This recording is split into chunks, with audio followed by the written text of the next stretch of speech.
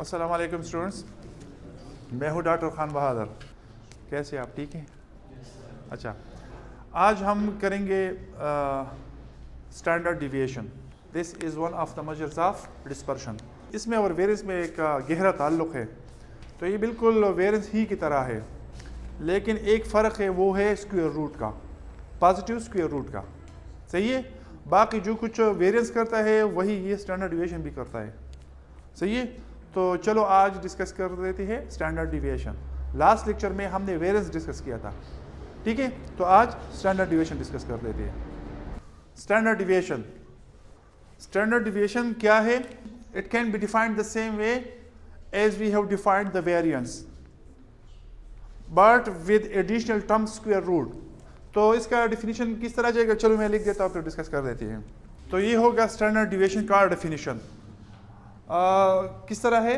The positive square root of the average of the square deviations of the observations taken from their arithmetic mean is called the standard deviation.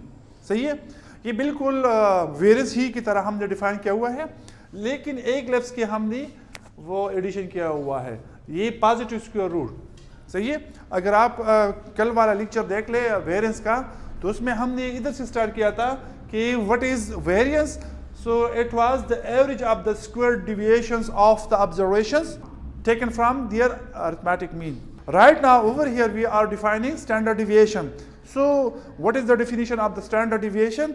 This is the positive square root. कहने का मतलब ये है कि अगर variance का जो formula है, जो मैकेनिज्म है, उसका अगर हम पॉजिटिव स्क्वायर रूट ले लें तो ये बन जाएगा स्टैंडर्ड डिविएशन। कन्वर्सली अगर हम स्टैंडर्ड डिविएशन का स्क्वायर ले तो वेरिएंस बन जाता है। समझ आई बात? चलो मैं फार्मूला लिख देता हूं। वेरिएंस का फार्मूला किस तरह था वो जरा मैं आपको दोबारा लिख देता हूं। Sigma square is equal to summation X minus mu square divided by capital N. If you do remember, this was the formula for the variance for the population case. When we are computing variance from population data, so this was the formula. सही है?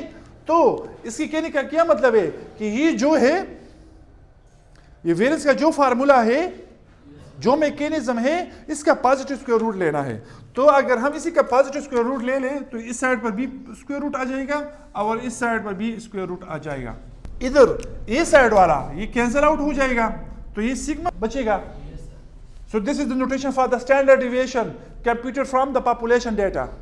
सही है? और right side पे this will become summation X minus mu square divided by capital N और इसके ऊपर ये रूट। सो ये कैंसिल आउट नहीं होता, ये याद रखो। ऐसा नहीं कि बस बच्चों की तरह आप ये स्क्वायर और ये कैंसिल आउट कर ले। सही है? ये पूरी की पूरी पे नहीं है, ये सिर्फ इस टर्म पे है। अगर पूरे पे होता तो फिर हम कैंसिल आउट कर सकते थे, लेकिन ये इस जगह पे है, नीचे भी नहीं है, नीचे नहीं है। सही है? तो this is the formula for the standard deviation in case of population data. सही है? और अगर सैंपल डेटा हो तो फिर स्टैंडर्ड डिविएशन का फार्मूला किस तरह जाएगा? ये हो जाएगा इस और ये हो जाएगा इसका। इस तरह हम एनालॉजी कर ले, समेशन एक्स माइनस एक्स बार हो जाएगा, स्क्वायर हो जाएगा, डिवाइड बाय स्मॉल एन हो जाएगा और ये रूट हो जाएगा। This is the formula of standard deviation for sample data. Variance का और स्टैंडर्ड डिविएशन का आपस में क्या ताल्लुक है?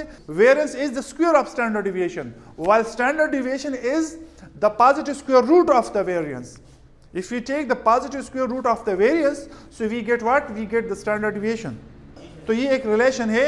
अगर हम एक को कंप्यूट करते हैं तो दूसरे की कंप्यूटेशन की इतनी लंबी चौड़ी कहानी नहीं चलानी पड़ती है। सिर्फ अगर वेरिएंस कंप्यूट किए हुए हैं तो उसका जो आंसर आया है उसका रूट लो तो स्टैंडर्ड डिविएशन आ जाएगा, और अगर स्टैंडर्ड डिविएशन कंप्यूट किया हुआ है तो उसका स्क्वायर लो तो वेरिएंस आ जाएगा। तो these are the formulas for the standard deviation in case of population data and in case of sample data, and this is the theoretical definition of the standard deviation.